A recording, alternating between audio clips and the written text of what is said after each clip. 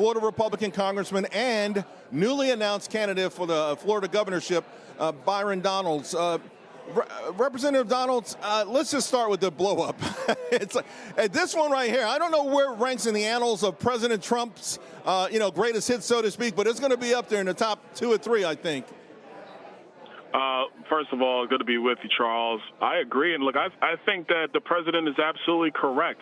First of all, you can't have another leader come into our Oval Office and disrespect our president. Just unacceptable, not going to happen. You could disagree however you want, but you do that behind closed doors. You don't do that in front of the world using the press as your vehicle. And so I think President Trump and Vice President Vance were absolutely correct to throw him out of there. And I know some people might be like, well, that's just not how these things are done. Let me tell you how this really works.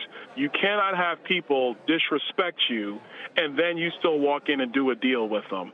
The truth of the matter is that this deal's been on the table for about a month or so now. Volodymyr Zelenskyy is the one that's slow walking the deal.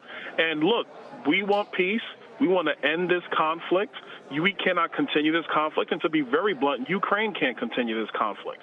It's unfortunate what happened, but, FAFO, Volodymyr Zelenskyy realized that Donald Trump's not playing games. Yeah, he messed around and he found out the hard way. And the thing is, we know that the people of Ukraine want to find a resolution to this.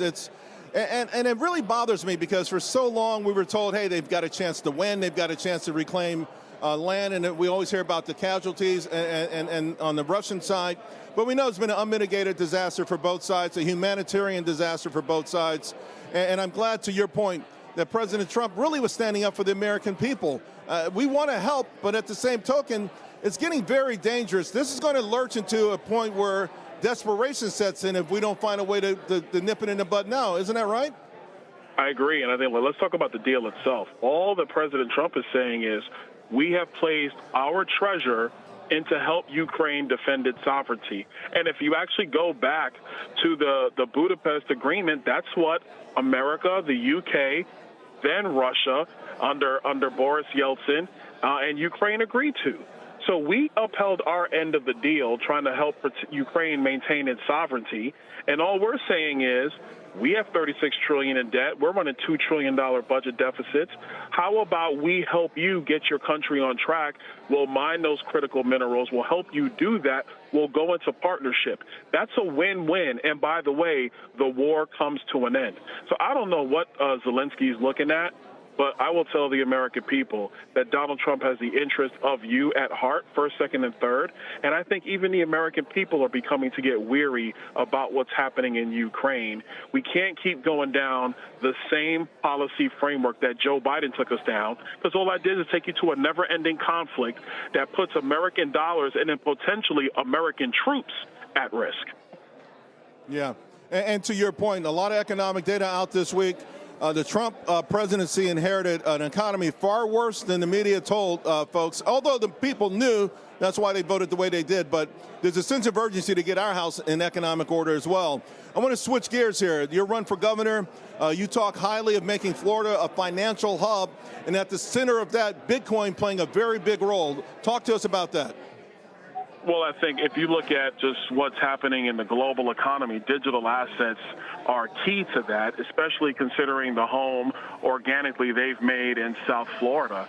And so, my vision is that we build upon that. We start looking at potentially having crypto be a part of our state's portfolio, and then also doing some really important things, maybe looking at tokenization and some other things and having Florida be the hub of that.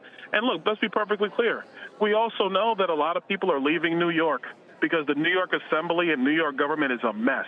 And so there is a better way to do things. We do that in Florida. And so, yes, there's no reason why Florida can't become the financial capital of the world going forward. Yeah, the only problem you're going to have really is keeping people from sneaking to the beach too early. In New York, we don't leave because there's nothing to go outside to except a lot of congestion, crime, and cold weather. Before I let you go, this tax situation, the big one bill, the beautiful budget, I think the markets have been under a little pressure in part because of uncertainty there. What can you tell the American people about getting this part of the Trump agenda in full gear? Well, I think we're going to get tax policy done, and it'll be done probably sooner than people think. I think we're probably going to be done around June or July, barring some unforeseen circumstance. I will also add, and I want to be clear on this, the key of getting the one big bill done is going to be a deal on mandatory spending. The Democrats never want to cut spending, and now they're going to saber rattle and whine and complain. But the truth of the matter is we have to get the fiscal health of the nation in order. They've massively expanded federal spending, which is irresponsible and unsustainable. And as long as we have the necessary spending cut deal on mandatory spending, we'll be able to get everything done, and we'll get it done pretty quickly. Congressman Donald, you're one of my favorites. Congratulations on your run for Florida governor, and thank you so much for coming on. Thank you. Thanks for having me.